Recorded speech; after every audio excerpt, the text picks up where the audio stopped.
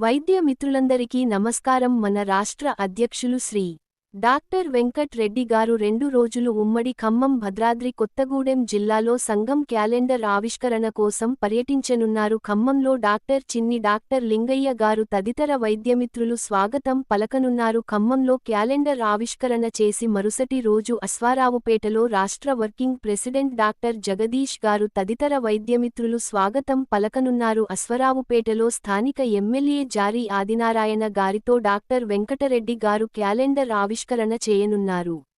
అటు నుంచి నేరుగా ఆంధ్రప్రదేశ్ వైద్య మిత్రుల ఆహ్వానం మేరకు సంక్రాంతి పండుగకు పశ్చిమగోదావరి జిల్లా వెళ్లనున్నారు.